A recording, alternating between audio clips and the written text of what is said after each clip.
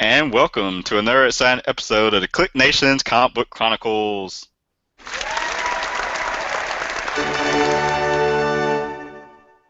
I'm your host, Tim D-O-double-G.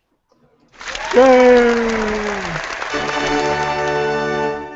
And tonight I'm joined by the man behind the sound effects, at Agent_70 on Twitter.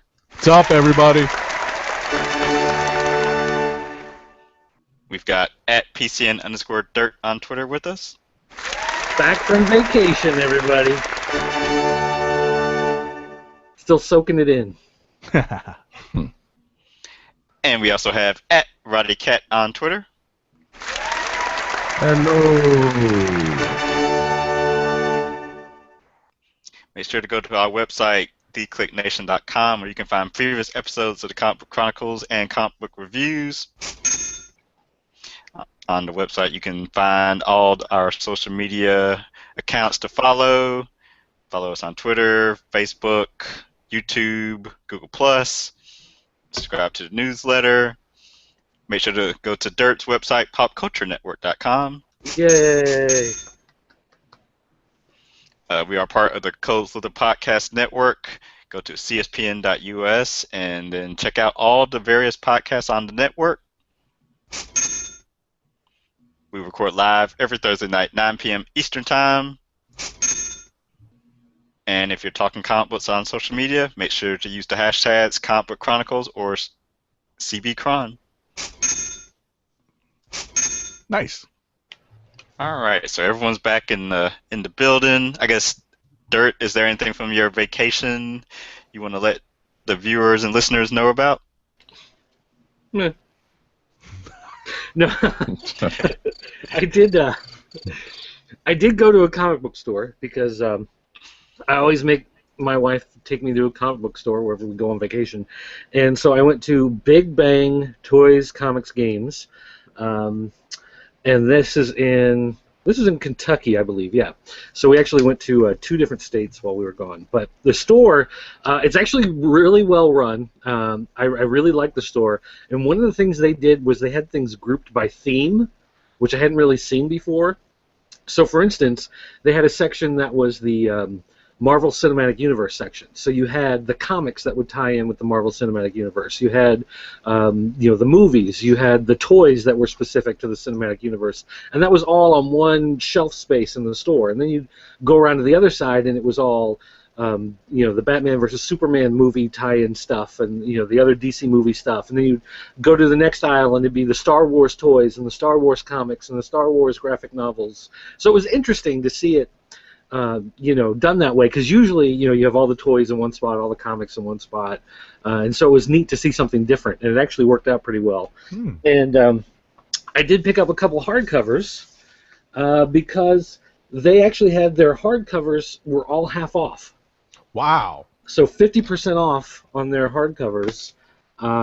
So if my wife hadn't been there, I would have probably grabbed about 10 more. But, it was a neat store.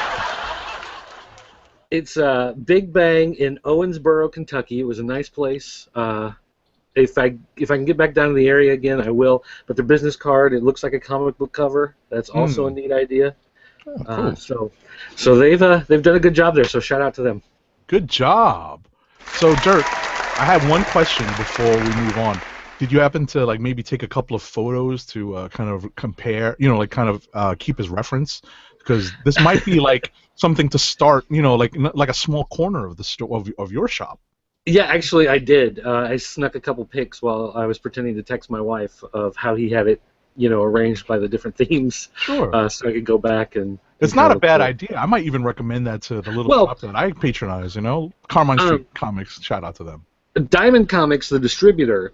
Every so often, one of their sales agents, when they go and visit a store, will take pictures of the store and interview the employees, and then they do a little write-up on the retailer's website. So it's not publicly available. You can't just go look up your favorite store, but retailers can look up other stores and see, what's the sign out front look like? How is the stuff arranged? How are new comics laid out? Right. How do they have the back issues? All that kind of stuff. So it's not uncommon to see that type of stuff. You get 2 or 3 of those every week on the Diamond Retailer website. Mm-hmm. But I've never seen one set up quite the way that this store was. Cool. So it really kind of blew my mind. Good job on their part. Now I'm going to Google them and see if they have pictures online. All right, so our first segment of the night is going to be comic book reviews for the week of June 8th, 2016. Again, we had a lot of DC Rebirth books come out, I think 5 total, and then some of their other continuing issues. We had a couple of Civil War tie-ins. So where do we want to start first? Wait, How about, that's not how how about Joker that wants me. How about we get to the one we were talking about before the show started that we weren't too crazy about, and that was Aquaman Rebirth. All right. So let me pull that up. Okay, I'll start out by saying the obligatory. I didn't hate it. I didn't think there was anything really terrible about it, but it was basically just a recap there. It existed only to bring in new readers. If you've read any issue of Aquaman in the last 4 years, this really wasn't for you. So you can say that it serves a purpose of giving a synopsis for any new readers, and if you're a new reader that has not read Aquaman at all, and you're thinking about maybe getting into it, then go ahead, by all means, grab it, because it's really written for you. But for anyone who's been a big Aquaman reader, there are no revelations about Rebirth in here. It doesn't set up anything new. It just like I said, it gives you a recap, a synopsis of everything that's been going on, just so you can join with the new series. That's a good recap. My only note in our notes was that this was a tough slog because I felt like I was constantly searching for what was new and fresh about this take, and I didn't get one. I think what it is, just as you said so well, is that this is a summary of what Aquaman is. They even reference some of the misconceptions and the jokes that people say about Aquaman and his powers and his status, but other than that, it's really just said. The setup is really just, I guess, reestablishing the antagonist of the series, or at least the first antagonist of the series that's in that's on the cliffhanger page at the end. Well, and we haven't seen that guy in a while.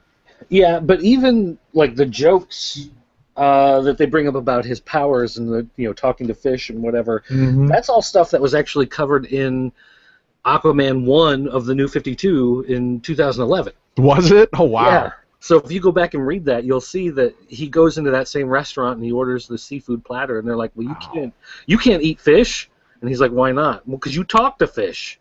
And they all give him this weird look. So. Oh wow! Well, that's 5 years ago at this point, Dirt. Unfortunately, we know how the comic book industry works. How it regards things that happened 5 years ago. So. Yeah, well, and they say that the average reader sticks around for 4 years. Right. So, there you go. There's your window. So, but it goes right back to it being a synopsis. And like you said, there wasn't really anything new. We didn't get any revelations, unlike some of the other books. Right. That came out this week. This one just. I guess there's nothing big that's really going to change with Aquaman with Rebirth. I guess they figure he's fine the way he is. So I guess there's an answer right there. That's right. The insight that you're getting, is that there's no big change for Aquaman. There it is. All right. And now move. And I'll agree with what Dirt and Agent 70 both said. It's more for new readers, getting them caught up on the happenings of Aquaman and how society sort of makes him out to be a joke, but showing how powerful he is. I'm ready to see what his battle with Black Manta is going to be about. And something that, I guess maybe because I missed some of the New 52 Aquaman stuff, is Black Manta mentions how Aquaman killed his father. So I'm like, oh, did that happen? Or is this a case of the villain twisting facts to fit his narrative? So, gotta wait to see how that plays out. Let's see, Flash Rebirth #1. This was almost uh, sort of like the part two to DC Universe Rebirth #1, because we see beat by beat reunion that for Barry and Wally that played out in the DC Universe Rebirth #1. We see it here, and then we see the fallout from it. So, for those who read the Rebirth issue, we see that uh, Wally West was going around the DC Universe to find someone to help anchor him and help rescue him from the Speed Force, where he had been trapped, I guess, for the last 10 years. And he's losing hope, but then Barry finally remembers him, reaches out, grabs him, pulls him back. They hug it out. They start exchanging notes, or more of Wally filling him in on what he knows about someone manipulating their last 10 years. Wally says he's going to go off and find the Teen Titans, who aren't teens anymore, but he's going to go search them out, which I guess we'll see the first part of that in next week's Titans Rebirth #1. And Barry goes off to do some research with Batman regarding Flashpoint and Thomas Wayne's note and whatnot. And one thing I thought was cool was, just like there's multiple Spider-Mans and multiple Captain Americas now, Wally West isn't Kid Flash, he's just Flash. There can be two Flashes in the world, so why not? One thing that go ahead. Well, okay, I was just going to say one thing that I found interesting was we've had a lot of people come into the store over the past 2 weeks, and they go, "I want the Rebirth series," and it's like, well, there isn't a Rebirth series. There was the special, and then it's just line wide. All this stuff is going to happen, but this issue feels like the follow-up for Rebirth. I mean, this is technically Rebirth #2. Right. I was just flipping through this, and I see there's a panel or two that basically are literally the next pages of where we end in Rebirth. Right. I mean, it goes back to Batman and his discovery at the end of Rebirth. It ties in with Flash. Flash, of course, was a central focus of the Rebirth storyline. So this is continuing that specific thread out of Rebirth, which, I mean, I guess makes sense. I mean, Flash was the one who set up the whole Flashpoint thing in the first place. So, and Flash Rebirth was one of the big storylines that, kicked off the idea of getting back to the key components of a character and restoring the character. So, it makes sense that he's going to be a central part of it, but I just think it's interesting now if someone comes in and says, I want the next part of Rebirth, well, there is no next part of Rebirth, but I tell you what, grab this Flash because that's a key part of the story. Absolutely. Yeah, I kind of enjoyed reading this also. I thought it was kind of that the part where Barry and Bruce, or Barry's kind of talking about the way he's talking to Bruce, and like he considers him a scientist, and I was thinking, I was like, hey, they're science bros. But awesome science bros. Yep. Yes, awesome science bros. But that part was kind of interesting, and I guess that whole they're being watched thing, which I'm going to assume because of the last part, is not because of the part that Barry and Bruce talks about, which at first I was thinking about, because I'm not, because they kind of bring up the thing that Batman's found is in the cave, and I was thinking, oh, okay, that was why. That might be why that's the case, but now when we see somebody show up at the end, then that's might be something different than what I was thinking.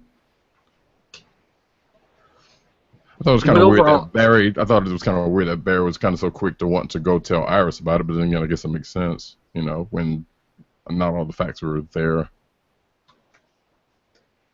I just think overall this was a really good follow-up for Rebirth, and this one got me real excited again also. Cool. Good. So at least we'll have a good starting point for Flash. I just wanted to comment on the art. I thought the art, I'm literally flipping through this now. I didn't have a chance to read it, so I can't really speak to the story. But I'm flipping through the pages and just kind of, analyzing the art. It looks kind of, it's almost.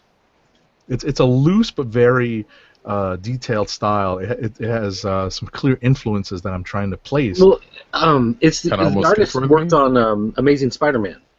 Ah, okay. He did Amazing Spider-Man? Yeah, he was one of the The rotating artist. Yeah, Yeah. because they were doing it weekly or 4 month, however it worked out. So they had rotating artists, and I remember when they was it Superior? I think it was Superior Spider-Man, where he was the lead artist on that one. But he worked on Amazing, but on Superior, that's when Marvel was making their second big push on the Marvel AR augmented reality thing. Right. And so if you scan the cover, Dan Slott popped up on the cover, and he was like, "Hey, we got a great issue for you." And he said the artist's name, Giandomenico, whatever. Giandomenico. Yeah, whatever. Giandomenico. And the way it just rolled off his tongue, I was like, how long did he have to practice to say that name? I was really impressed. And it's one of those things that just stuck in my head was Dan Slott, just rolling that name out. So when I saw it, I was like, oh, it's that guy. So I knew the artwork was going to be good. Yeah, gotcha. Cool. Yeah, I knew him from All New X Factor. That's where I think I first saw his art. So, yeah, Cool. I'm glad he's getting the sort of a spotlight here on the Flash. A lot of people will be seeing his work, so it's And good a lot of them to. for the first time. Because I can definitely say that there are a lot of new people coming in for Rebirth that we've, maybe we saw them on Free Comic Book Day and then you never see them again type people, Rebirth is a thing. People are definitely interested. Cool. Do we want to stick with Rebirth, or do we want to skip around? We can do more. There was the Wonder Woman Rebirth. Did anybody else read that? Yeah, I No. did. I really like this one as well. Yeah, I like this a lot too because of the way it brought up the whole fact that there are these different histories, and it's starting to play with her mind, and she can't figure out, which history is the right history. And of course, these are all every so often they relaunch Wonder Woman and they just rewrite everything. Like, oh, it's not the way you thought it was. We're going to do it this way now, and just never had any sort of hammered down real origin before, and this plays directly into that as part of Rebirth.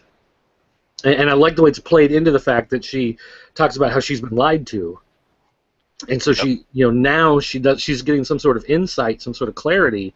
She doesn't know what the actual truth is, but she knows that, it's somewhere out there, and she's going to try to hunt it down and find it. This got me really interested. Wonder Woman is one of those that's going to flip every other issue because it's going to come out twice a month. So issue 1 of Wonder Woman will be her in the current day, and issue 2 of Wonder Woman will be set in the past, and they'll keep flipping back and forth. I'm not sure how interested I am in the year 1 storyline, but after reading this, I'm very interested for the modern day storyline. So Right. I was not going to read this at all. I just happened to, just because it was Rebirth, I was like, well, I'll give it a shot, and now I'm a lot more interested than I was before. Cool. It did its job. Mm-hmm. I really like Matthew Clark's art at the beginning. There was that one splash page, I think, where they have like the credits for the creators listed, where she's like lunging towards the reader. I was like, whoa, that is pretty nice. So I know he's not one of the rotating artists on the book, but hey, he could fill in, and I'd enjoy it. Yeah, that was a part of this I thought was. Go ahead. I'm sorry. No, I was just gonna say Wonder Woman's a character for me that I'm not familiar with too much. I mean, I know of her, but I've really never read any of her comics, to be honest. But I hear good things about what Greg Rucka has done with her in the past, and hey, this is a new jumping on point, so why not try it out? Yeah, I'm kind of similar in that respect. I've read certain things, from pretty much the wiki page on her and whatnot for the most part, and everything else has come from like the animated series, here and there. But I thought this was an interesting read. Also, I also thought it was interesting the part, spoiler alert, so she uses the lasso on herself. Yeah. To kind of further her, and I thought that was clever. Yeah, I thought it was too, and I was also thinking like, wait, I didn't think that would ever work on her, because I figured it was, it would work for everybody but her, but I guess turns out it doesn't. I mean, it does. Well, there was something on Bleeding Cool where she's used it on herself before, but she doesn't ask herself a question, and that's the difference. Like there have been times in the past where people have tied her up in her own lasso, snuck up on her, or she did it herself in order to protect herself or whatever. But this is the first time she's done it and asked herself a question, and that may be why it's the first time we're seeing it, because before, when she's done it, it was just for the sake of tying her up so she couldn't get away or whatever. But this is the first time she actually used the power itself, and I mean, there's really no reason why. I mean, it makes sense that it could work that way. I mean, why not? If it works, it works. There's no reason why it wouldn't work on herself. Right. Yeah, true. But I guess I was just thinking, I was like, well, you would think something like that would have been built not to use against her, but I guess, yeah, like you said, she's been tied up with it, and she's used it on herself before, so there's no reason why it wouldn't. Let's see, that was the three Heroes Rebirth #1s, but then also included in it were Action Comics 957 and Detective Comics 934. So I think a close, definitely a potential click of the week for me is going to be Detective Comics. I love this Team Batman and just the whole setup of it. I like the idea, and I like how they changed Tim Drake back to his old costume, and he's not in that stupid feathery thing that he's been in the New 52. I don't know if it's been retconned back to like this was his suit all along, or what the deal is, but I've noticed that the Batgirl, who was the Russian mafia daughter, she's now called Orphan. I don't know if this has come up in the New 52, but she was a Batgirl for a while, and apparently that has been wiped out of continuity. And spoiler is Stephanie Brown, and I guess her run as Robin has been, and Batgirl have both been pulled out of continuity. So there's no girl Robin at this point in the history of Batman. So I guess maybe that's something that they'll address at some point in the future, having both of them on this team. But I thought when you saw the preview pics and they were going to have Clayface in there, it's like, how is this going to work? This doesn't make any sense that Clayface is going to be part of this team. And then the way they did it, it made sense. I bought it when it was over. I was like, okay, I can see it now. I'm ready to go with this. Yeah, definitely glad. Being a child of the 90s, Tim Drake was my Robin growing up, even though I wasn't a big DC reader. I think the time I started reading comics was right around the same time he became Robin, because I remember getting some like trade and it had like, I guess, whatever limited series or whatever thing that was launched at the time where he was going training around the world with different trainers. Was it Batman sent him off to train? I think that was the first Robin miniseries. Yes, I've got that downstairs somewhere. So I'm glad, like you said, glad to see him back in the red and green and the yellow cape and not the feathers. Batwoman, I'm glad to see be sort of the co-lead of the book, just because I'm not familiar with her at all. I never read any Batwoman, any comics involving her, period, to be honest. So, and then you can ring the spoiler bell again, Agent 70, where Batman reveals his secret identity to her to put them on sort of an even playing field. But then she, of course, already suspected that Bruce Wayne was Batman, and them being first cousins and all. What, their first cousin? Oh my God. She's a Kane, and Martha Wayne was a Kane. So. Oh, thank you for clearing that up. That's not a spoiler. That's not a spoiler to me, for real. The one thing I didn't like was when she goes to Bruce, like, I'm not your trainee, I'm your equal. And I'm sitting there thinking, no, you're not. I mean, okay, like you got to sell your team. I get it. You got to say something in the book so that people aren't gonna, downplay her from the get-go. But I mean, come on, Batman's equal? No. Batman has no equal, right? Except maybe John Cena. Oh no! You can't see me. Oh, big props to the art team, Eddie Barrows, I think Gabe Eltabe.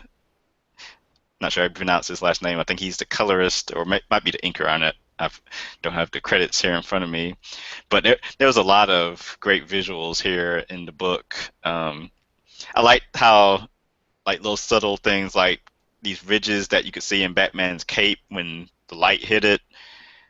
Batman standing in silhouette early on when he's looking down at Azrael. Batwoman swinging through Gotham. Just you could tell. I noticed when Eddie was drawing the Martian Manhunter book that his art had sort of elevated from sort of his work even a couple years ago, but it's definitely worthy of Detective Comments here. And Action Comics number, what did I say, 957? Yep, 957. Mm-hmm. It's been hard for me to try to get the numbering for these two right. This book, like I can tell that they're purposely trying to misdirect with this. They're basically throwing everything they possibly can out there just to throw it all on the table, just to throw everybody off. So that you can read this and after this issue you have no idea what your expectations are going to be continuing with the story going forward, because very little of this, I don't want to say it doesn't make sense, but they're obviously playing with the reader to a certain degree by throwing in Doomsday, throwing in another Clark Kent, just like all of this stuff. It's basically all these things from the 90s series that Dan Jurgens was a big part of. He's coming back in on Action Comics with this. All of this stuff is being thrown into this mix, but it's all being thrown at once. And I was going to say it's not really a spoiler because all of this stuff's on the alternate cover, like the second cover. I know that there's two covers to this book. Well, that's the main cover. This is the main cover that shows everything. Right. The main cover just the alternate's just this character shot. But yeah, I didn't realize that was the alternate because that's the one I picked up. Oh, was this one? Yeah, the diving one. Yeah. Yeah. So here's the key. I can tell you. If you look at the UPC barcode, if you ever want to know if it's the regular or the one of the variants, there's two boxes. You've got the main UPC box, but then there's that secondary box that has 5 digits. If you look at those 5 digits, the 4th digit tells you if it's a number 1, it's the main cover. If it's a number 2, it's the second cover. It's number 3, number 4, etc. Gotcha. All right. So this is the main cover for Flash Rebirth. Right, because it's got the 1-1 at the end. 1. Yeah. Right. Okay. Cool. I did not know that. Now I know. Yeah. So now you know. Ding, ding, ding. Dropping that retailer knowledge. Knowing is half the battle. And the scary thing is we have to use that knowledge a lot because so many small press companies will put out 3, 4, 5, 6 covers and with absolutely nothing to tell you. A lot of times they don't even have the artist's name signed on the cover, so you have to do a fair amount of Googling to try to figure out who drew which cover on these things, and the barcode really helps to separate out what's, they'll say cover A, cover B, cover C, so you're looking for a 1, 2, 3 on there to figure out which one's which. So, anyway, but yeah, I liked the story. I thought it was interesting, and I can tell it's going to confuse a heck of a lot of people who are jumping in for the first time. It's the direct opposite of the Aquaman book. This is purposely trying to confuse you and misdirect you and mislead you. Throw 9,000 mysteries and subplots in from the get-go. So I enjoy that. I'm looking forward to seeing how all of this plays out, but it's just very amusing how different this was from the other books.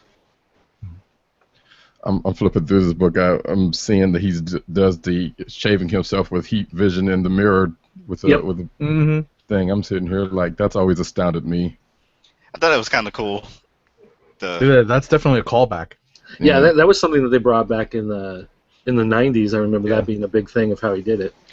So is this a big nostalgia run in Action Comics, and then Superman, Superman Comics bringing back the pre-New 52 Superman, or as I call him, OG Superman. Doomsday showing up.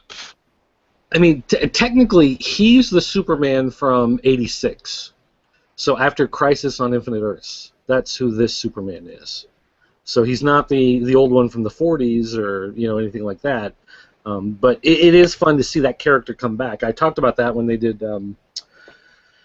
what was it, Convergence, and they did the whole storyline bringing him back, and I loved seeing the character again. And then when they spun him off into the Lois and Clark, I loved seeing the character return. I just didn't know at the time that he was going to come back to being the focus, being the Superman of the DC universe again. But I love it. I love seeing that character come back, and like I said, one of the main things about it is it makes all those old stories, I guess, important again. It makes them matter again.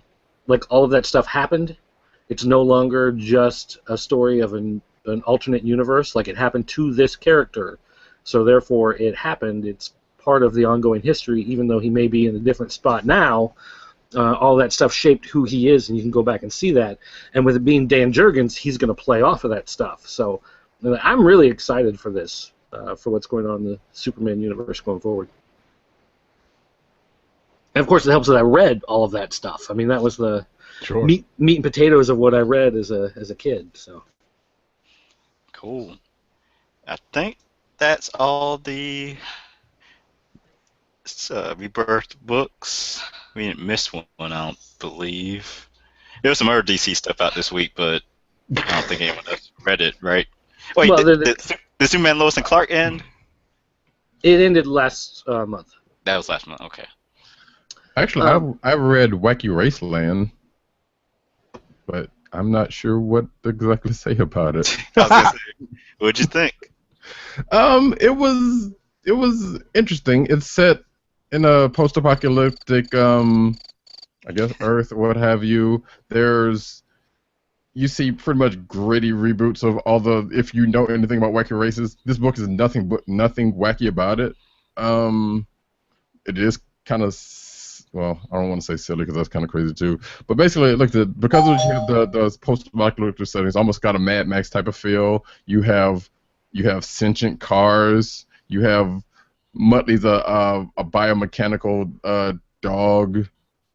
Penelope Pitstop is like this kind of hardcore driver. They kind of go into a couple of pages of her backstory, about how she got there, and they also do a couple of pages on how one of the others got there. So there's almost a contest of champions type vibe to it, because you have this person out in the shadows of somewhere called the Announcer, who is getting all these races together, and all these races are supposed to be going to this place called Utopia, who is this last place that's free from mutants and disease and whatever else has been going on, after everything went to hell. So it's kind of like outlaw craziness going on. It's a really interesting and very strange book, actually. A lot of cursing, a lot of... Really? With the Hanna-Barbera thing across the top? Wow. Yeah. Well, this is the Adult Swim version. Okay. Yeah. So it's I don't know. It was kind of weird. All right. Like, I'll probably check out the second issue just to see if it's going to go anywhere. But I was like, I just tried this just to see, like, what could they possibly do with this, and it looks like they're going somewhere. All right, cool. I did read the 2 Vertigo books. Of course, one being Sheriff of Babylon, which has been a perennial favorite of mine. But this was the first issue where I felt like it kind of stumbled a little bit. And the main reason is that, with it being Sheriff of Babylon, the main character is this guy who's trying to, bring law and order to Iraq after the invasion. And he's not in this issue until, like, the last page. And he is usually the anchor. Point of view. Yeah, he's the one that pulls you through the story, and as the things happen to him and he acts and reacts, that's where your story moves.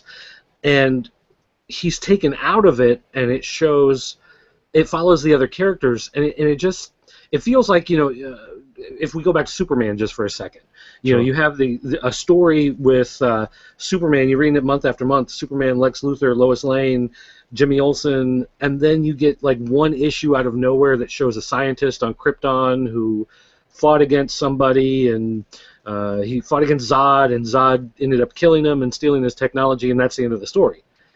And so, like, it's going to play into somewhere at some point, otherwise they wouldn't tell you the story, but it just kind of feels out of place, because you don't have the familiar stuff that you're used to, and that's what this issue kind of felt like. It took a little detour, and it showed you a bunch of other stuff that is going to snowball and build, and he's going to have to deal with it. These are people that he's interacted with, that he deals with in trying to bring law and order, but he's not really there, and so it just feels like you don't really have a point of view pushing you one way or another with what you're seeing and how important it is, and it's you're seeing stuff, but there's no context really for a lot of it on how it's going to play with everything else he's doing. So. I have faith in Tom King. I mean, obviously, we love everything that he's ever done. Right. But it just was the first time that you got done with it, and I just didn't really know how I really felt about it, because it didn't have that hook, that emotional pull that you usually have watching this ordinary guy deal with this extraordinary situation that he's in. So. To me, it just felt like it stumbled a little bit right there. Alrighty. Well, I'll make sure to catch up to this point so that I can actually. I mean, it's still great. Don't get me wrong. The artwork is fantastic. You can. It's still well written. It just felt like you were kind of watching something else here for a little bit. Gotcha. The other book is Dark and Bloody. This has been a series that, honestly, when it first came out, I paid no attention to it, and then last issue I decided to catch up and read it for no reason, just other than it was there, and I really enjoyed it. This is a modern-day horror story. It's actually an Iraq veteran. When he was overseas, he witnessed a massacre by some of the other members on a squad, and now this evil spirit of vengeance is coming back to punish him and everybody else who was in his squad, and he was like the one guy who wasn't really a part of it, wasn't really involved, and he feels guilty for years that he didn't stop it. But now this spirit of vengeance is kind of in the spot where it doesn't care. It's just there for the purpose of evil and for punishment and for vengeance, and now he's got to fight to save his family against this evil. And of course, how do you explain, oh, well, this is an evil force from Iraq that has followed me over to the United States that's now killing all these people. Who believes you? Nobody. So he's dealing with a lot of that stuff too. So it's been a very good series. It's very creepy. It's set in like these rural, backwoods. He's doing some moonshine distilling on the side to make ends meet, get some extra money. So he lives kind of in that underworld a little bit, but. It's like I said, it's been really good at playing off that horror and that idea of that unstoppable vengeance, that punishment that's coming for you. So I've enjoyed it a lot more than I actually thought I ever would. It's been really good. Alrighty. So with that, are we moving over to Marvel? Yeah, I don't think I have anything else DC. So. Yep. Yeah, I've only got a couple of Marvel and then one Image book. All right. Well, do we want to jump right to Civil War, or do we want to do some other stuff first? Well, I was about to say, since you brought up Tom King. Yes, good stuff. Good stuff. Vision number 8. Yeah. So here we have. This book continues to be good. I don't think there's no one on the cast who would disagree with that. Here we have a visit from Victor Mancha, who is also a product of Ultron. He is technically Vision's brother. He comes to the Vision's house under the guise of, I guess that's a spoiler, but hold on, I'll ring it. under the guise of him having a internship somewhere in DC. So he's staying with them. He's getting to know the family, kind of getting in good with everybody, Sure. you know, to great effect. But as this book tends to go, There's twists and um, turns. there is a twist, and at the end of the story, which we'll get to in a second, we'll get to. Because at first I was thinking, I was like, okay, he's kind of getting into, Right. he's Well, kind I of in wanted here good, getting. Go ahead. Well, what I was going to say is I wanted to backtrack to the very, very beginning of the story because where we were at the end of the last issue, we had this big reveal that that Agatha Harkness was going to that was saying that something bad is going to happen. And what we have at the end of the Vision story, that the last issue was that to kind of fix things, he created a dog. Mild spoiler alert, right? So what we have at the beginning of this issue is kind of the Vision's family reconstructed and created and remade whole with the addition of Sparky the dog. And there's a couple of very kind of heavy themes in this, especially when you read over the some of the narration and the voiceover that Tom King has employed so very well in this. I think I'm not 100% sure that Agatha Harkness is still narrating at this point. I think it might be somebody else. Right. Right. Yeah, I got that feeling too. Mm-hmm. So, reading up to the point where Roddy was about to get to, it was just a very, I love the setup. I love the fact that they wrapped in this character who was part of Avengers AI and the Runaways, and it wasn't quite out of left field, but it was great. The one note that I put in was that I love that Tom King is folding in so many sides of Ultron as the father family tree, the father figure in the family tree. And a little bit of, Hank Pym is probably going to come in at some point too. So, I thought it was an extremely well constructed story. I liked the interaction between Victor La Mancha and the Vision's children, and we're leading up to the reveal. And I'm going to ring the spoiler bell because I think it's a pretty big one that Roddy was about to get to. So, 1 second. Go ahead. Well, for the first set, I'm not sure if Hank Pym is going to show up on it because there's not much. I mean, he could. There's not much longer. I think there's 4 issues left, isn't there? Right. Yeah, there's still time. There's still time. But I'm not sure. Well, I'm sure there's a way to kind of plug him in there. It wouldn't be that hard. But I'm kind of curious as to why they would. But that being said, as we're going through the course of the story, we see the narration going, or hear the narration going on. We see Victor getting good with his family, just kind of gaining everyone's trust. And at the same time, during the course of the narration, we also see we see it seem like he's wrestling with himself because of his past during the course of the narration. Right. But what we get to is there's a point where Vin, the son, is playing with the dog, and they're outside and throws the ball. The dog goes after the ball, but phases through the house that was supposedly empty across the street, and Vin chases after him, and they both see Victor, who is talking to the Avengers, basically him kind of saying, hey, yeah, he's gaining all their trust, but Vision wouldn't talk to him, but he could still get him to talk and whatever. So they're basically trying to find out what's going on with Vision through Victor. Right, because there's been a lot of suspicion raised around the Vision family because of all the, I hate to say this, all the debts. Exactly. Yeah. So, he's been sent in there to investigate. Mm-hmm.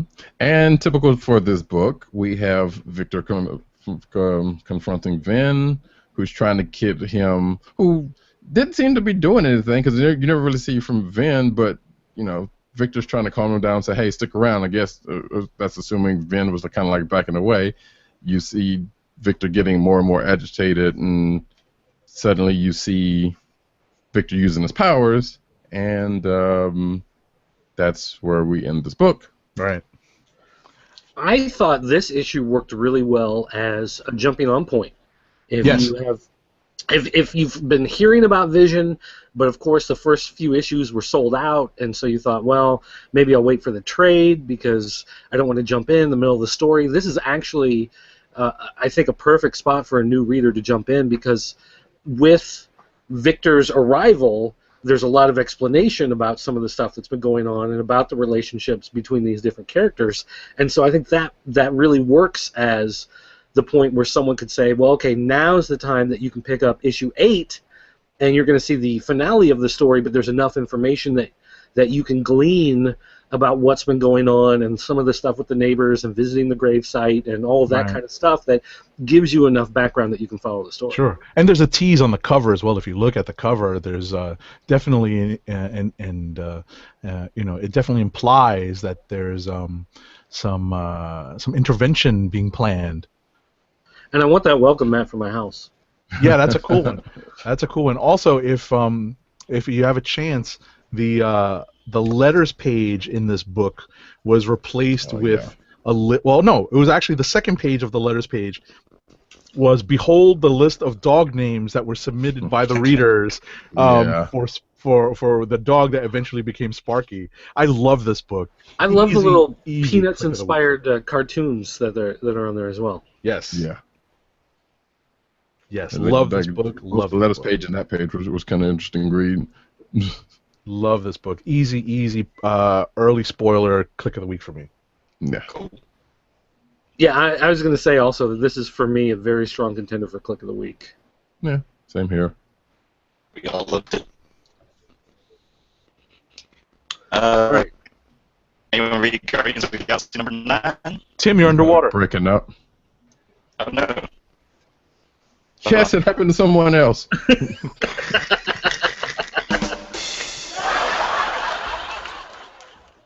It used to happen to me all the time.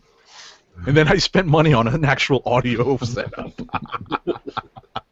Well, yeah, I do too, but I don't know if for some strange reason it's still happening. I think your audio setup is super complicated. You have like a mixer and like multiple wires and stuff.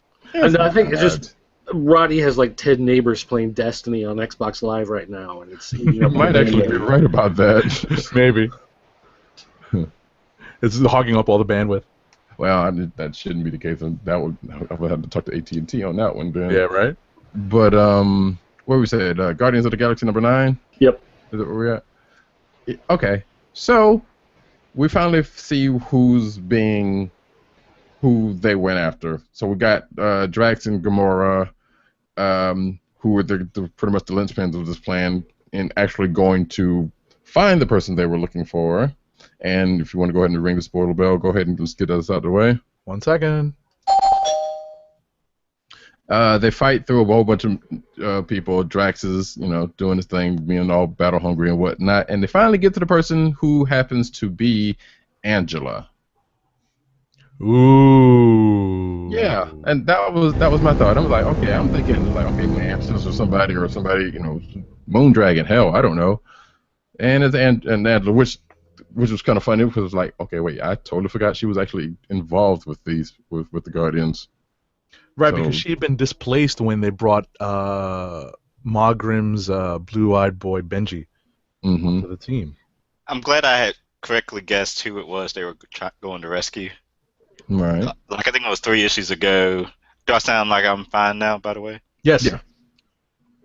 Yeah, like 3 issues ago when they mentioned that it was a woman that they were going to rescue, I was like, oh, it must be Angela, since she was a part of the team, and her book is canceled now, so she can be used somewhere else. But I don't remember her being used all that effectively in this book, though. So she wasn't, but then the book really wasn't that good pre-Secret Wars to me. So right. Mm-hmm. But this storyline I've enjoyed, and even the whole King of Spartats and Hala destroying Spartats and going crazy, that was fun too. So this book has been on a roll for me since Secret Wars.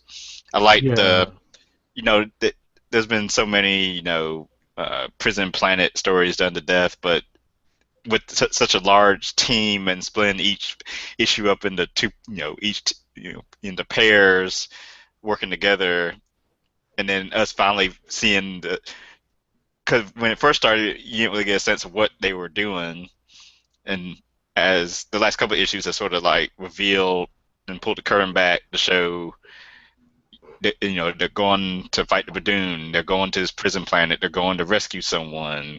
Here's the strategy they're taking. Each team has a role, and then finally seeing Angela as who they're going to rescue, and then I assume it's going to end next issue since Angela, they've revealed her, and it'll be their escape off the planet with probably something crazy happening at the end of it. Well, they still got to go get Peter because if I'm not mistaken, he got that's right. caught. And Yeah, Peter's so caught. I think all of this whole arc, which I thought was kind of a, I mean, while it was good, it seemed like it was kind of a filler because they didn't have seemed like much to go on. But I guess all of that was to kind of set up the fact that now they got to go and everybody's back together. They go together to get Peter. So wherever they go after that is whatever. But nevertheless, Gotcha. it is what it is. They have to tie into Civil War too. Right. So. Right.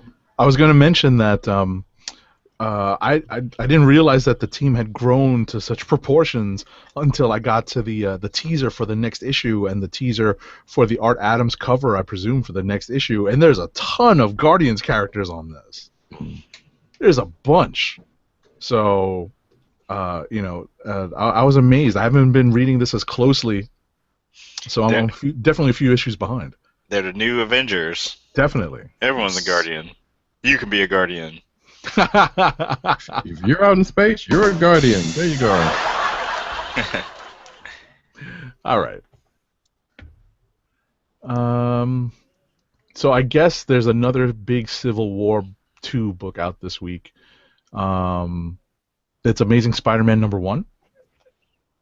Did you guys read that? Yes. No. All right. No. Okay, so I won't spoil too much. Dirt, did you read it? Yeah, actually I did, and I loved it.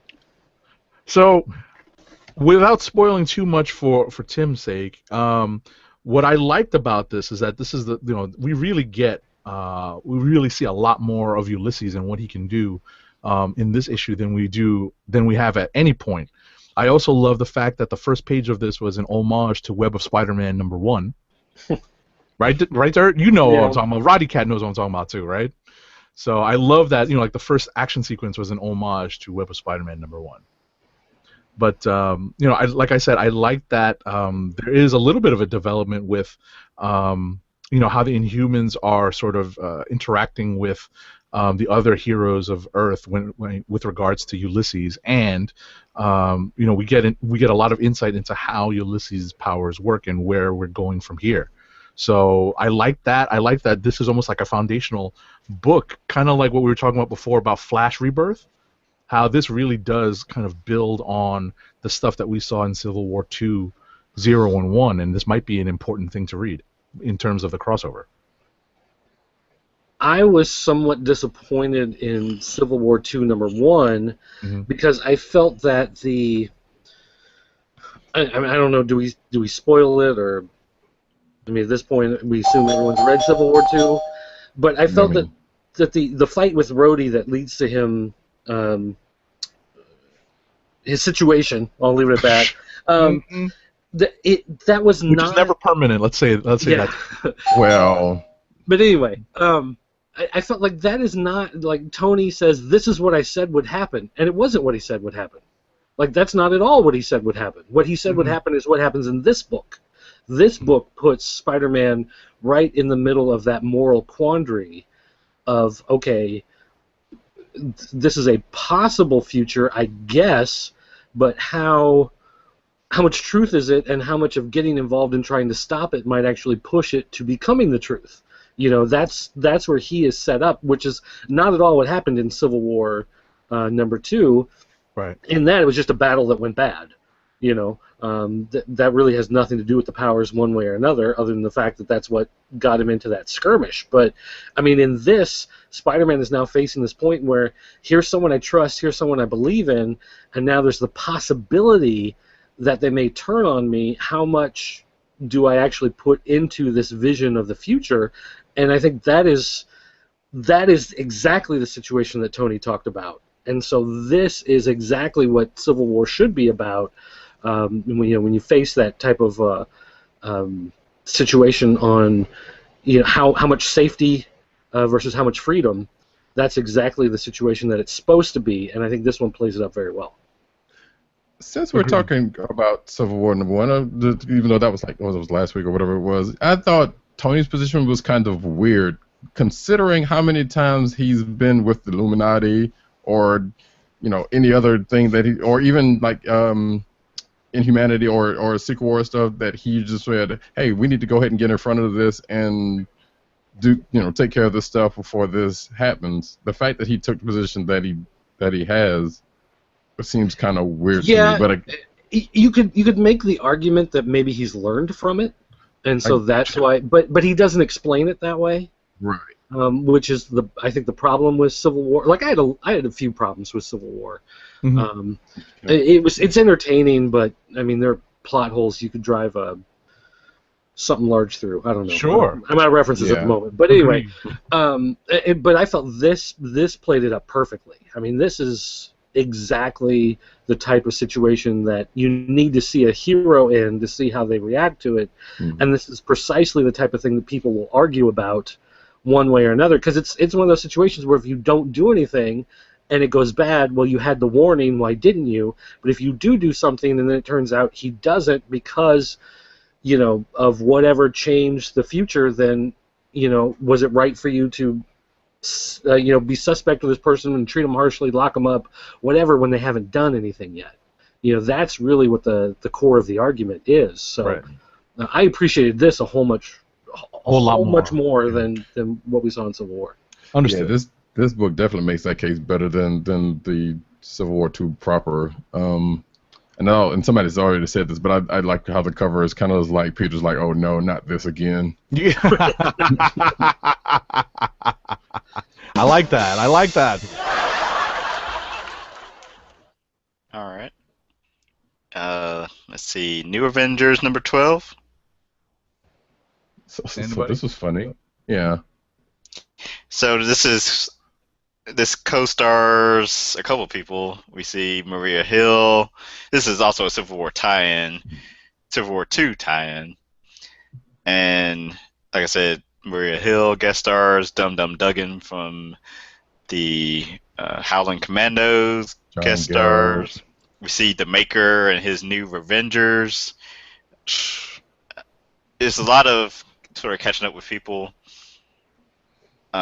We see the beginning portions from Civil War 2 #1 where all the heroes are assembling to stop the Celestial, and we're catching up with like the new Avengers, or the all new Avengers with Wiccan, Hulkling, Squirrel Girl, and Hawkeye, I think. Yeah. But it basically comes down to some S.H.I.E.L.D. guy named Garrett, who I'm probably supposed to know, but I had no idea who the guy was. Agents of S.H.I.E.L.D. Yeah, that's a TV reference. Mm-hmm. Okay. He wants to go after Sunspot and his Secret Avengers, is what I'm going to call them now, group, and he's using Dum Dum Dugan to do it, and because Dum Dum Dugan is a LMD, Garrett's, I guess, division of S.H.I.E.L.D. has been experimenting with some alien tech, which is also the tech found in Duggan's LMDs, so it looks like he's going to use an army of Duggan LMDs to go after the Secret Avengers. It's funny, like, I'm sitting here looking at this cover, and it's like, when was the last time we saw Power Man and White Tiger actually involved in this book?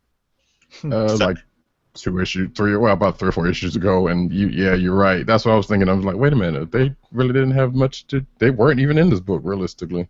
Yeah, the last, was it when they introduced the other White Tiger, who's in the new Revengers, I think was the last time we saw her involved at all.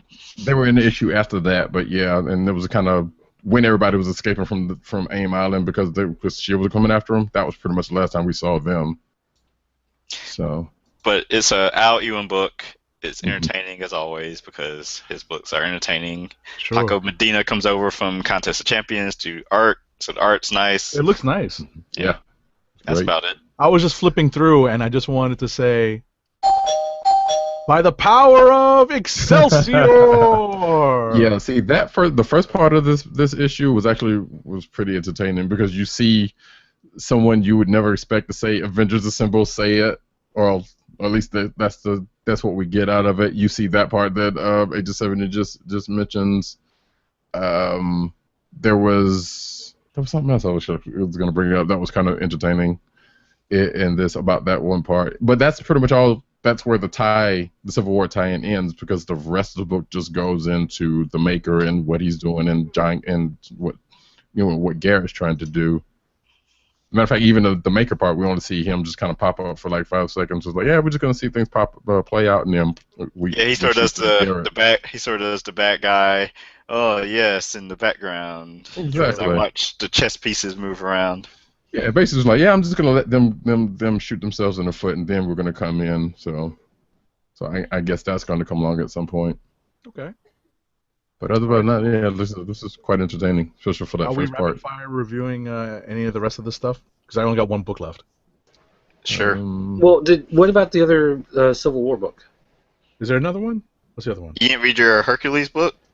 Oh no, yeah. I did not. I did not. Hercules and your Totally Awesome Hulk.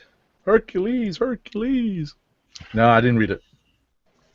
I did, actually. I enjoyed it. I even sent Roddy the Star Trek reference that's hidden in there. Nice. Yeah, and I meant to read it. I totally forgot. But well, it's basically. I won't give too much away, other than to say that Hercules is facing. In his last series, you got him facing this pantheon of new gods. He's part of the old gods, and there's references to these new gods coming, and they're, I guess you want to say, the gods of the millennials. They're self-absorbed, they're arrogant, they're tech-based, selfish. Yeah, and basically, Hercules is lamenting the fact that the Avengers don't call him anymore, like nobody needs him anymore. The big battle with the Celestials from Civil War breaks out, and he runs in the street to see what's going on, and She-Hulk is there saying, oh, well, A-Force just got called up. They called in everybody. And he's like, yeah, but they didn't call me. So he's feeling really left out of everything. But what's happening is, in the midst of this battle, in the midst of what's going on with Civil War, this pantheon of new gods are using that as cover. And as everyone is distracted fighting this battle with each other, they're going to move in and do what they do to take over the world in the way that they see fit, whatever. And so Hercules has got to put together a pantheon of fighters to fight against them. So that's what this story is. It ties into Civil War because Civil War is going on in the background, but it's not necessarily a direct tie-in. But it's still really well done. It's actually funny, like hilarious. I laughed out loud at several points in this book. It was really, again, a book that I didn't expect anything of. I wasn't going to read it, but I just happened to because, I had a copy sitting there in front of me. I really enjoyed it a lot, and I'm looking forward to reading the rest of the series. Excellent. So I did see the previews for this issue, and the part where Dirt was talking about, everybody got called except for him. I thought I did see that part, and I've got a decidedly Booster Gold vibe off of it, because there was an episode of Justice League where everybody else was all fighting this big fight, and then Booster was off over here kind of in the background doing some stuff, fighting against some stuff, but nobody really knows about it or cares. Right. So. Yeah, and that is something that he does talk about a little bit on here, is that there's really no place for him, in the Avengers, because he's very much a blunt instrument when it comes to this stuff. He has no finesse and diplomacy, which makes it difficult for them to use him for a lot of things. And, nobody calls him anymore. He's lost his friends. But, of course, that self-doubt of who he is and how much power he has and how much influence is part of how these new gods are working against him. Like, it's that seed of doubt that he has, which they are using in order to try to undermine him, to push him out of the way so they can come in. So he's got to rebuild himself back up and put together this team to fight them. So, it was really well done. It's definitely worth a read. Cool. I'm looking forward to it. All right. I think that does it for my Marvels. Oh, other than Darth Vader. Yeah, I was about to say there's two more for me. There's Darth Vader and Poe. Oh, but I was gonna say you guys could take care of the Star Wars stuff. Oh, I read Daredevil, but it was okay. It was meh. Oh, Daredevil was good. It was okay. It was good. All right, just real quickly on Daredevil. It was a little bit of Rounder and the Daniel Craig Casino Royale, right? Because there's like a card game, a Texas Hold'em card game, right, going on. And I got a kick out of that. I love Rounders. Rounders is one of my favorite movies. Yeah, I like the fact that he can't read the cards because of the coding on them. Right. But he can read the other people at the table.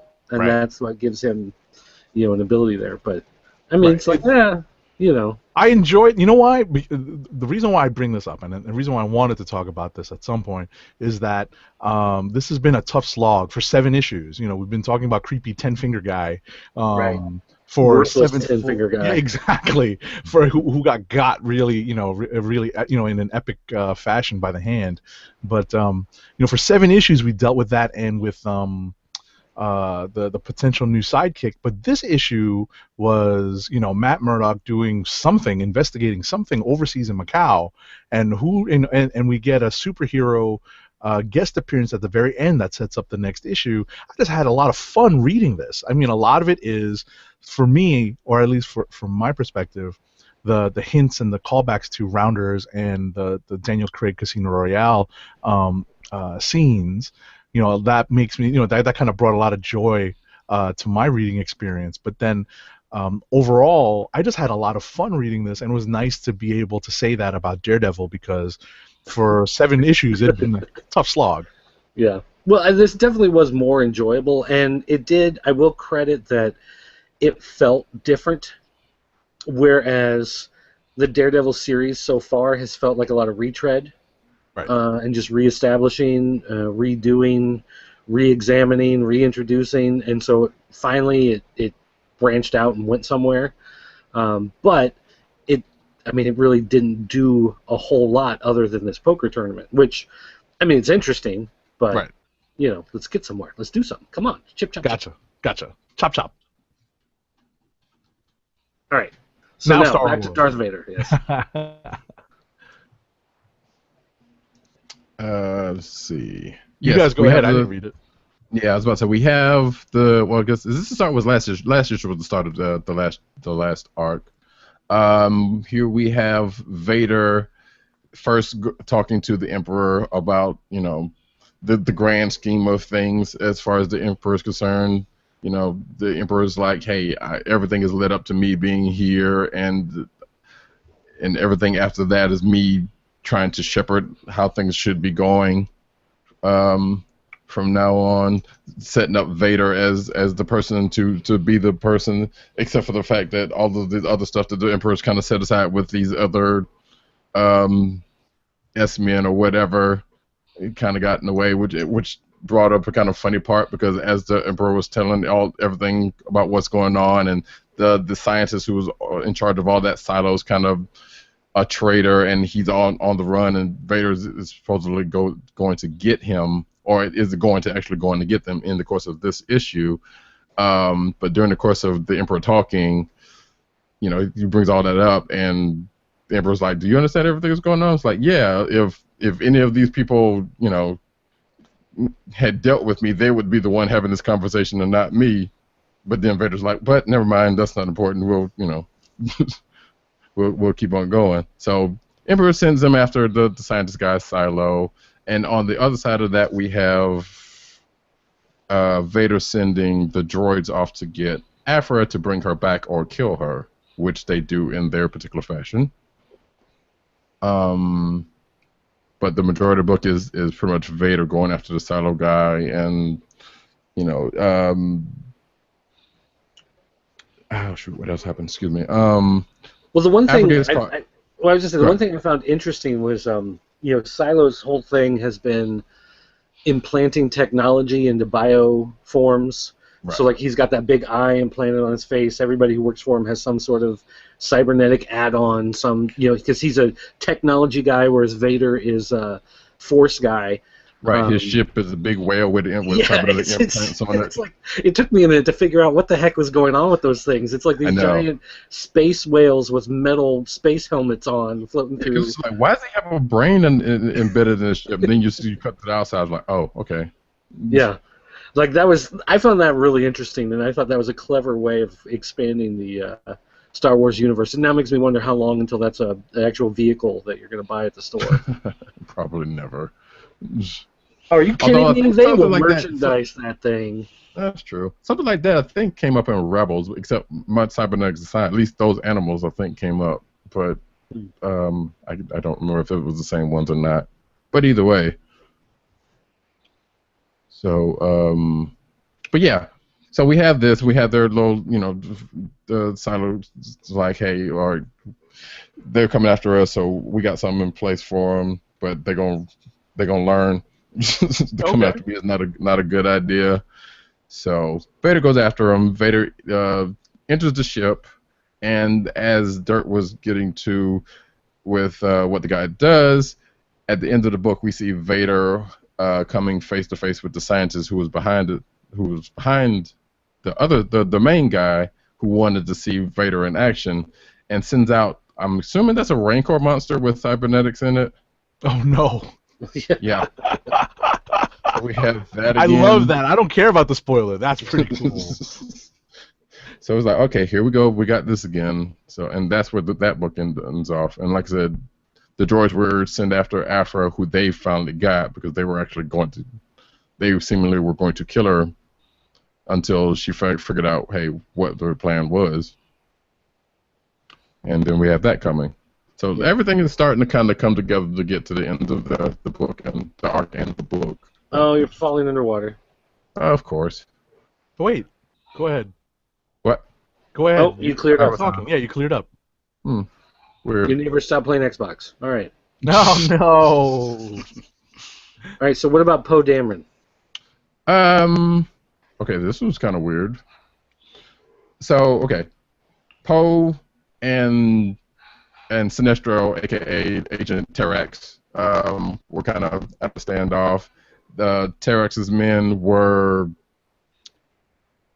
heating up. Well, one of the men had a flamethrower. They were heating up this big egg that these people that Poe was talking to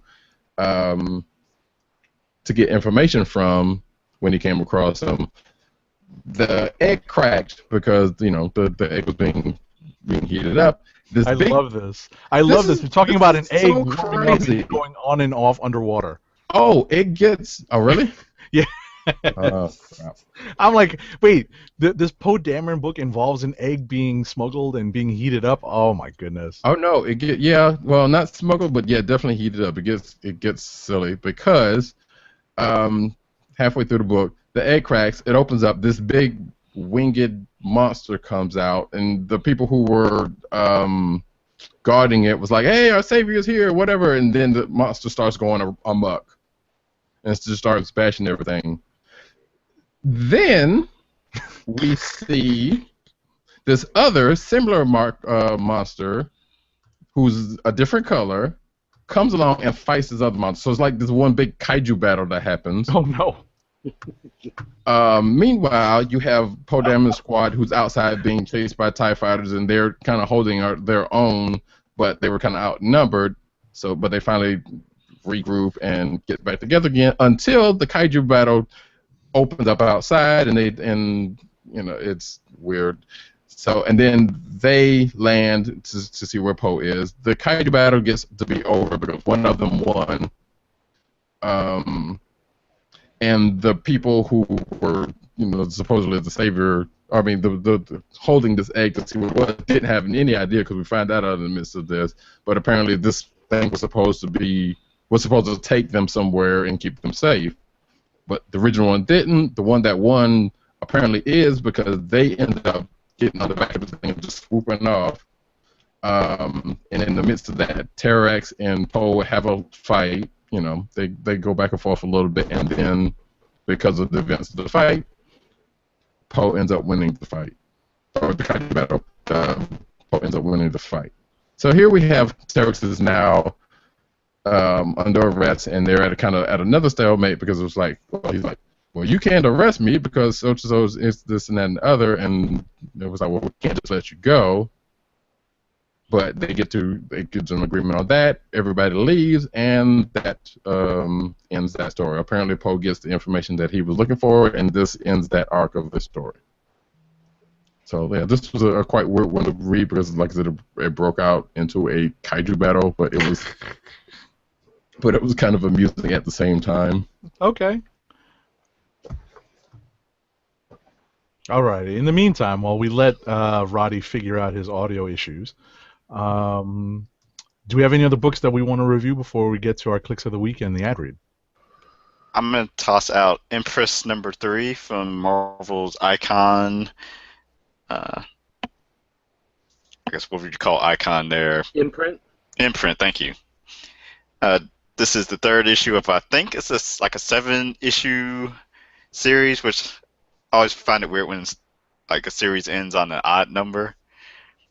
But this might be so far my favorite issues of the series, but just because of like the fast-paced action of it, and Stuart Immonen's art definitely helps with that.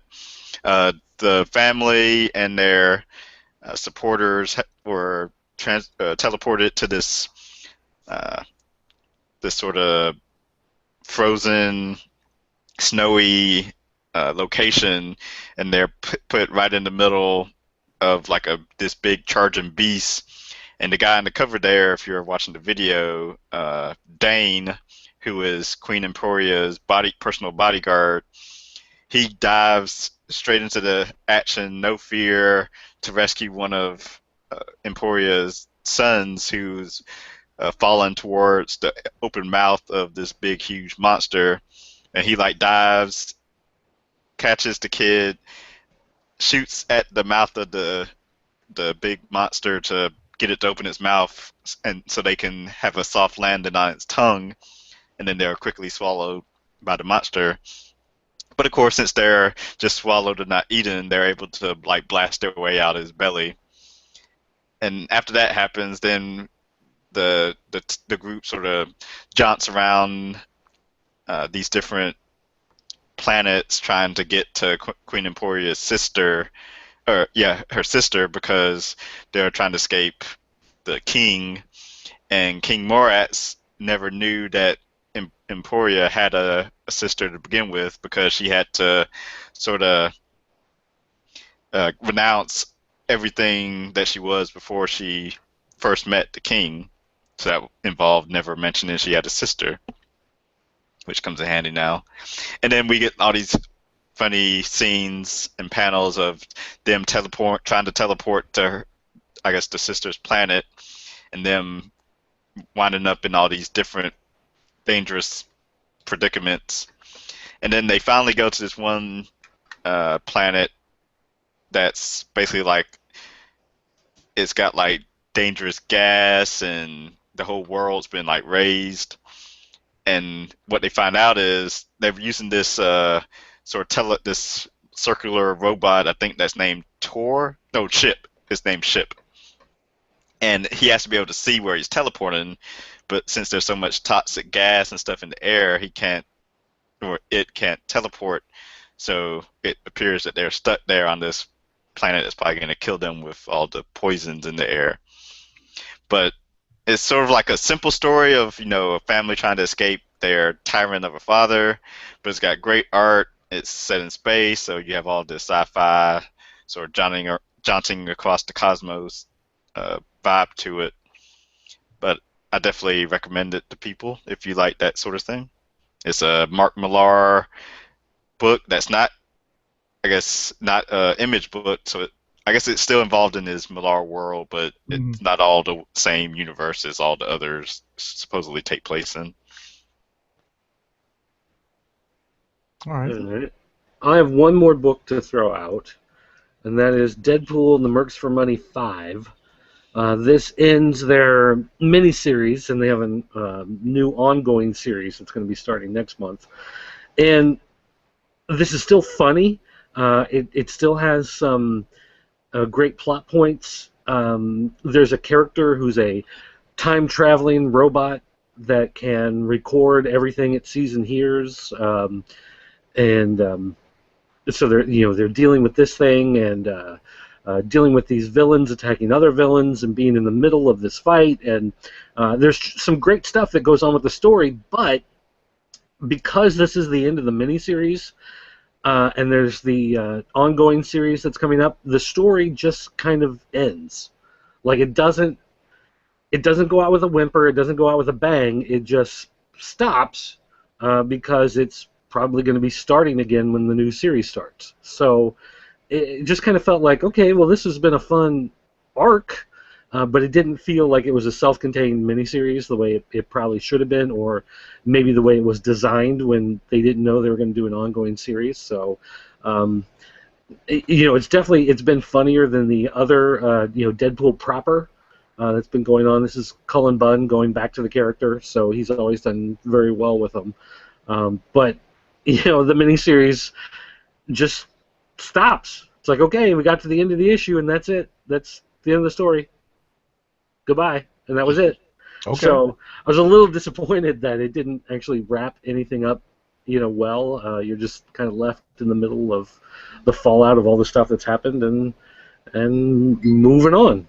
So I'm hoping that the ongoing series is going to keep going with the same creative energy that's been going on in this series, because this has been very enjoyable. Let's just hope for the future that it's still going to be as good when it starts back up as the ongoing. Cool. All right. All right. For the week. Well, mine's already out there. Vision number 8. Yeah, that's mine too. Hey, cool. I I'm will third torn. that. I will go ahead and third that. Wow. I have some possibles because I liked Empress. Oh, I didn't even talk about the Fits number 3.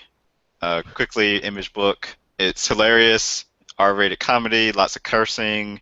I forget the main policeman's character's name, but he becomes the personal bodyguard for this female celebrity. She's one of those child stars. She started as a child actress and grew old and went through all the trials and tribulations that most child actors go through. So now she's like acting out in public and all that sort of good things. There she is on the cover. Nice. And the police guy whose name escapes me right now, driving the car. Some crazy stuff happens at the end. Like I said, this is my new favorite comedic comic on the shelves right now. Definitely recommend it. But for my click of the week, let's see. Yeah, Vision was good. I like Detective Comics. I like Empress. I like Fits. I think let's see. Do I want to sweep it with Vision? I think it's between Detective and. You already went and put Detective up for me, I see. Well, there's Vision. I mean, I can do whatever. Okay. Oh, you were just flipping through them. Man.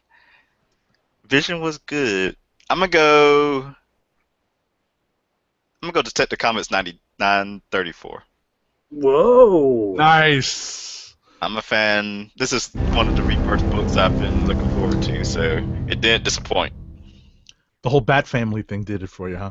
Yeah. I'm a sucker for team books, so then one set in the Batman mythos, I'm all for. All right, cool. I was about to say it's like a Batman universe crossover book, all happening all the time. Yeah. Because it ties in all these characters that you would think would kind of cross paths every once in a while. And I'm curious, is the mysterious villain in shadows that we see at the end of the issue, is this one of the Watchmen? Bum bum bum. Okay. We shall see. All right. Ad read. You got it. So this ad read is for Amazon.com. Keep our podcast free by shopping at Amazon. Visit cspn.us, then click the Keep Our Podcast Free link at the top of the page. From there, scroll down and click on the Amazon link to shop. Purchase items from Amazon as you normally would, whether it be books, music, electronics, jewelry, apparel, etc. For every purchase made on Amazon through our link, Amazon sends the CSPN a payment that helps us keep the Click Nation's Comic Book Chronicles podcast free for our listeners at no extra cost to you. Amazon.com through CSPN.us. Do it today.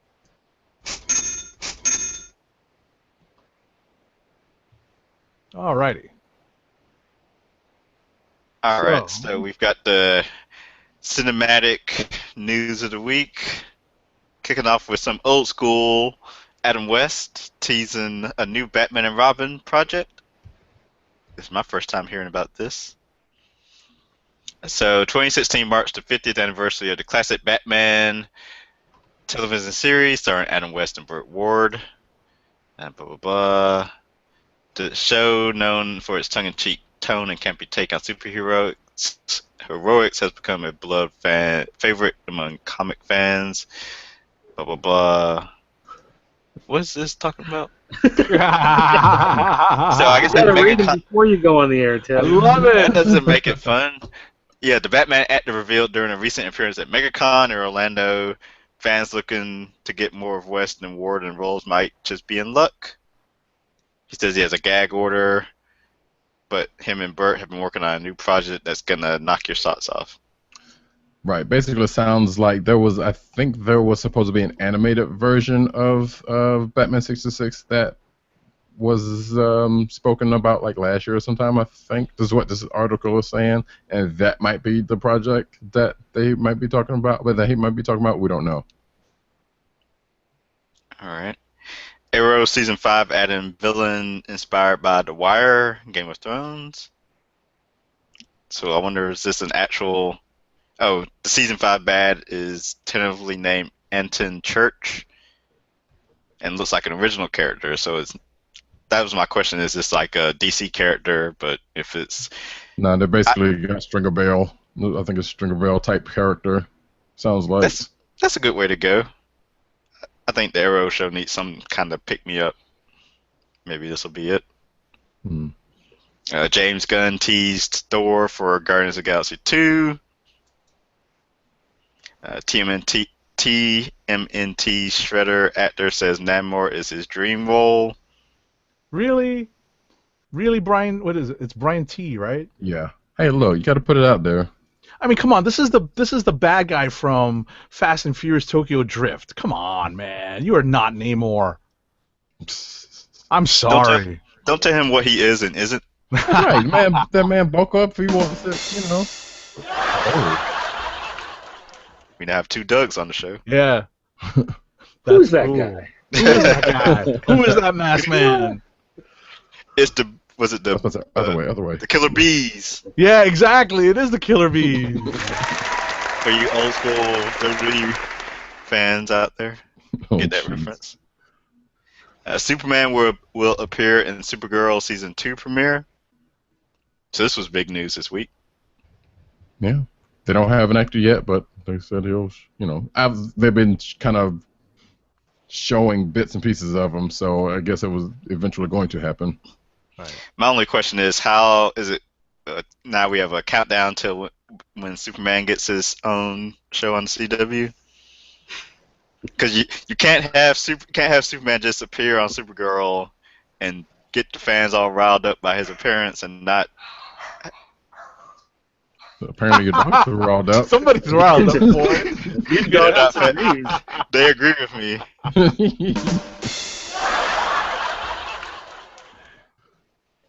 So yeah, ignore them. The neighbors across the street have gone home, I hear, so they don't like that. I love it. Nice. All right. Yeah, I don't know. They could. I mean, you're right in a sense, but at the same time, I don't know. This show's been kind of holding its own with what they've been throwing in it, which I guess there's some more news that's down a little bit about it, but that's really man. Let's see. Skip that. James Wan explains why he chose to direct Aquaman over The Flash. Okay. Cool. Yeah. It's cool. Suicide Squad officially rated PG-13 for disturbing behavior and more. If you thought it was gonna be R, you're dumb. Well, people are probably thinking, hey, Deadpool's R, so blah, blah, blah, blah, blah, which doesn't mean No, anything. doesn't mean a thing. Legends of Tomorrow season adds Vixen as series regular, but it's gonna be a pre-Vixen that we know from the animated series and her appearance in Arrow. Previous wielder of the totem. Yeah, that's a bummer. But still, we're getting Vixen, I guess. So I think it was because of she's working. timing. Yeah. Yeah, she's got stuff going on. So good for her, though. Yeah. And I think she'll still be doing the voice if they. It looks like because I guess that means she's still going to, since she's going to do the voice, they're going to do some more animated Vixen stuff. Yeah, season 2's coming, and Yeah. she's voicing her for that. So There is that. DC's Jeff Johns clears up Justice League title rumors, and I think he sent out a tweet saying that the title is Justice League. See, that was the weird thing, because when I saw this, What was the rumor? I saw the people. I guess people were trying to figure out what the name of the Justice League was. Now, the thing that kind of was strange about me is when I saw this article, there was another article that called back to something we talked about last week with Avengers Infinity War, because somebody made an article, and it didn't get really picked up all that well, so it doesn't really matter, but somebody in some article took it's like, hey, this article mentions Avengers 3 as the title for, is possibly the title for Infinity War, which that was never officially said. But then, like a couple hours after that, that's when I saw Jeff Johns' tweet about this. And now, I'm not saying that they have anything to do with each other, but apparently there were some people out there just trying to speculate on what the name of the Justice League movie was going to be outside of what I saw. And But yeah, just like with the Avengers Infinity Wars Part 1 and 2 being renamed, everyone started speculating on Justice League Part 1, and it was like, Gods Among Us, basically a bunch of old, video game and comic book storyline titles were being added. yeah, we'll talk about Gods Amongst Us in a little. Ant-Man, Rocket, and Groot TV shorts among Marvel Animation upcoming projects. Okay. Good for them. Hmm. Clark Gregg speculates who could be the next director of S.H.I.E.L.D. Michael B. Jordan confirms his Black Panther role.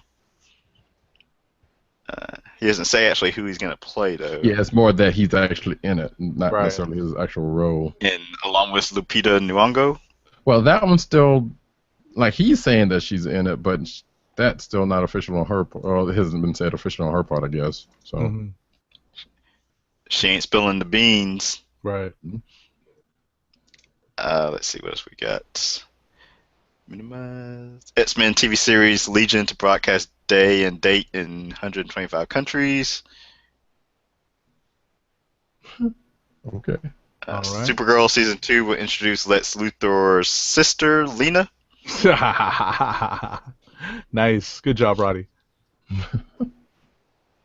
That wasn't me. That was J.K. Simmons gets jacked to play Commissioner Gordon in Justice League. Yo, you saw All right. these pictures? Yeah. Now, okay. Now, Insane. that is crazy. When I saw, and I still, every time I've seen the pictures pop up, I keep thinking that's got to be fake. He can't be that jacked. I mean, I'm not saying he could, but it's like that's just seems impossibly ripped. Well, one of the things is that he's on a particular apparatus that is forcing his triceps, kind of compressing them, so that Sure. one picture where it looks like he's got balloons for arms isn't as true as it appears, isn't what it appears to be. But there's other pictures that show him on different machines to performing different exercises that just show that he's definitely cut. Definitely cut. Not the Jim Gordon that we've gotten used to. I do love that somebody I retweeted somebody that was like, yeah, it was like he stopped doing those farmers commercials to end up being Master Roshi, and they showed a picture of Master Roshi Yeah. all hulked up or whatnot. I did which see was that. pretty That was funny. good. I sent him a picture of Greg Capullo's Jim Gordon when he was Batman. I was like, that's obviously the inspiration. Definitely, definitely. Let's see. Batman: The Killing Joke will show in theaters one night only. Harley Quinn, Shazam, and more confirmed for Justice League action animated series. Sacha Baron Cohen will become Mandrake the Magician. Yeah, anyone going to see that? Anybody? Bueller? Pretty much.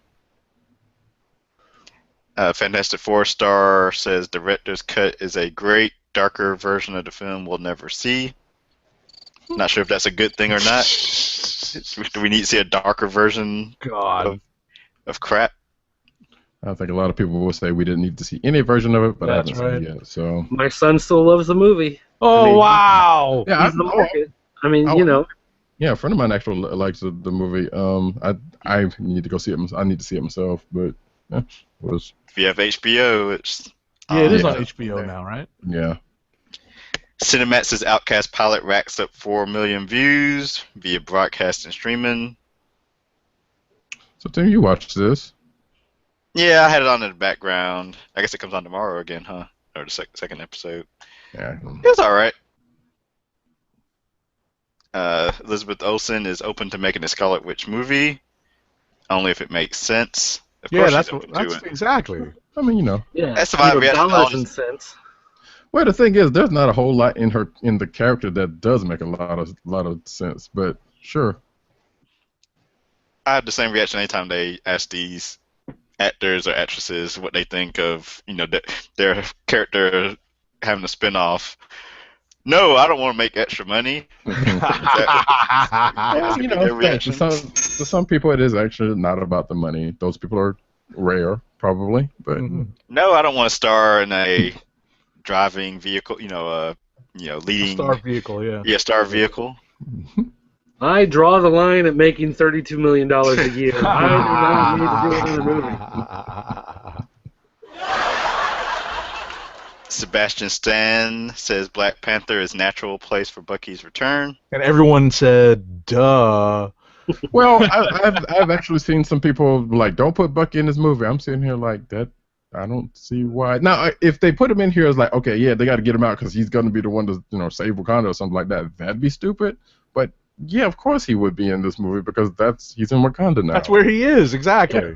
Like whatever role he plays, be it the dude that they call in as backup or the reason why there's any sort of conflict in Wakanda, that is where he's going to reappear.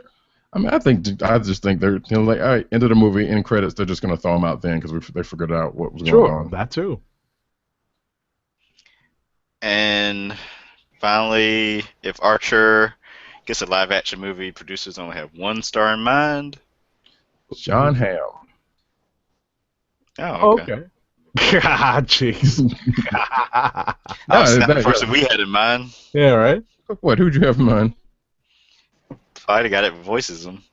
Actually, who's the guy that? H. John Benjamin. Yeah. He's too dumpy in real life to play. Yeah, Oh no. Oh no. it's true, but yeah. That's awful. Dumpy. All right. And in comic news, Oh. Well, I mean, nothing against the guy. I know, he's I'm brilliant. But, something that was a surprise to me, but Green Arrow Rebirth #1 sells over 90,000 copies. Wow. I didn't think it was that good. I thought it was fine, but I didn't think it was like, oh my god. But hey, you must protect this city. Protect my pocketbook, my wallet.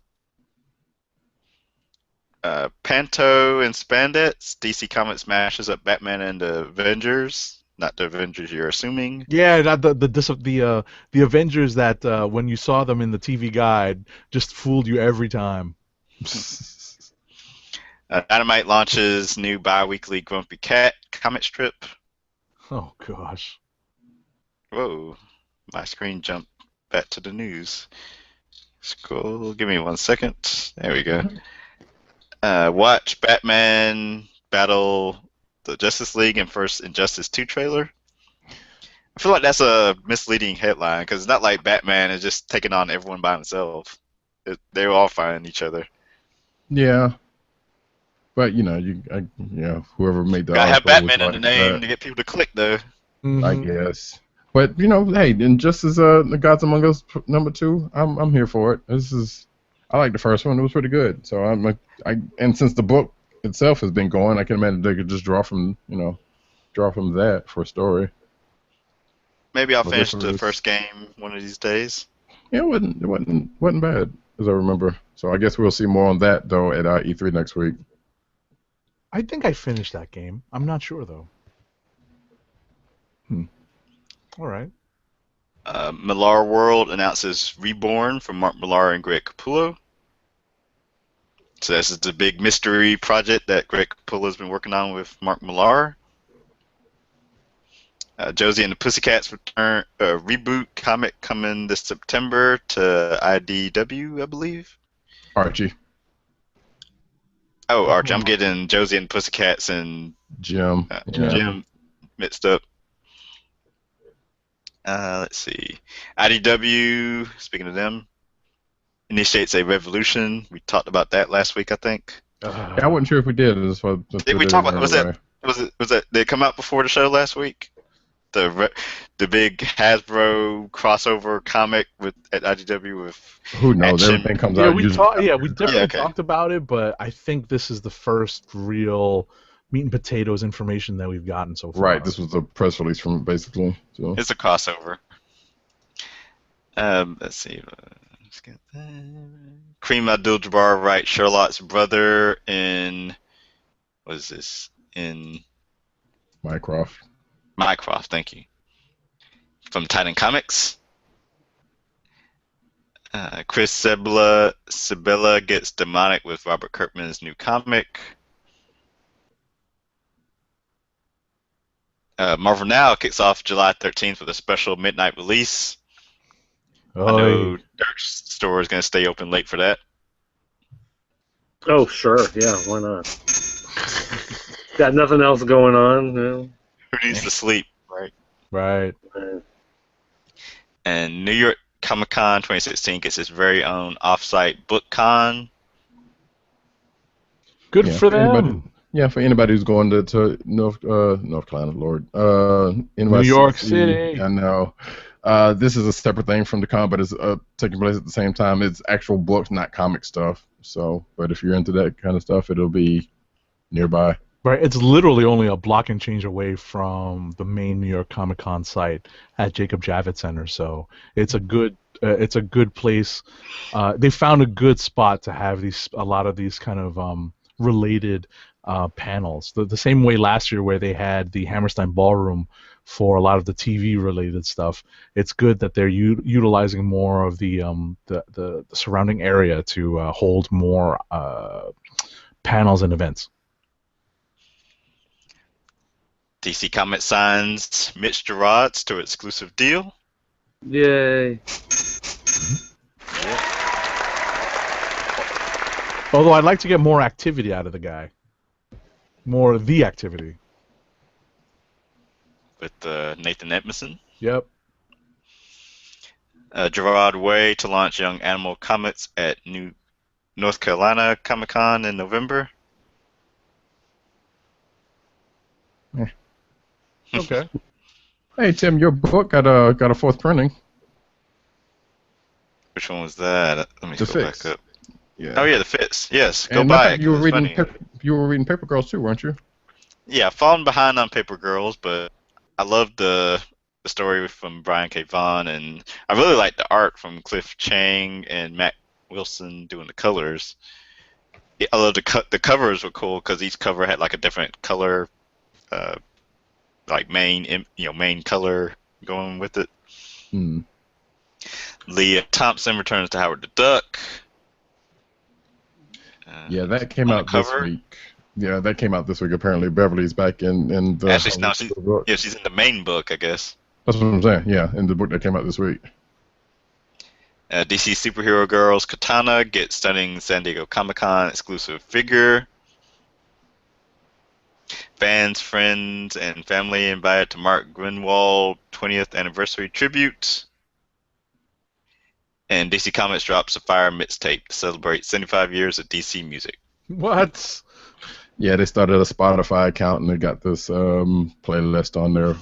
I think there's Rebirth playlist on there too. That is actually, yeah, I think that's mostly what the stuff is. Okay. Really?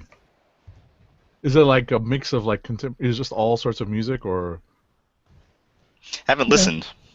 I mean, it's got some stuff from movies. They got some old, actually, yeah, most of it's like movie stuff, like some Hans Zimmer, some John Williams stuff. Okay. You know, Danny Elfman, Gotcha. Sun Ra, stuff like that. You know. Alrighty. And the final ad read of the night. Sure. So we will do. I'm going to try to tweak the audible.com read. For you, the listeners of the Click Nation's Comic Book Chronicles podcast, Audible is offering a free audiobook download with a free 30-day trial to give you the opportunity to check out their service. There are there are many books that you can choose from, such as The Misadventures of Awkward Black Girl by Issa Rae, The Best in the World at What I Have No Idea by Chris Jericho, and The Andromeda Strain by Michael Crichton. To download your free audiobook today, go to audibletrial.com/Comic Book Chronicles. Again, that's audibletrial.com/Comic Book Chronicles for your free audiobook. Do it today. Thank you for tuning in to tonight's episode of Comic Book Chronicles. Follow us on our individual Twitter accounts. I'm at TimDOGG98 and at CBCron. Roddycat is at Roddycat and at News Nerds Need. Hi, Mom. Haha. Agent 70 can be followed on Twitter and Instagram at Agent_70. And Dirt is at PCN_Dirt and PopCultureNetwork.com. Yay! Yay! And with that, we'll be back next week. Actually, next week will be the show before Heroes Con. Yeah. Which Roddy Cat and myself will be in attendance for. Nice. Woo! I've ordered some t-shirts to wear to the convention. One arrived yesterday. Hopefully I have the other one before next week. Be rocking those. They will look familiar because they're actually comic book covers that I guess Marvel turned into t-shirts.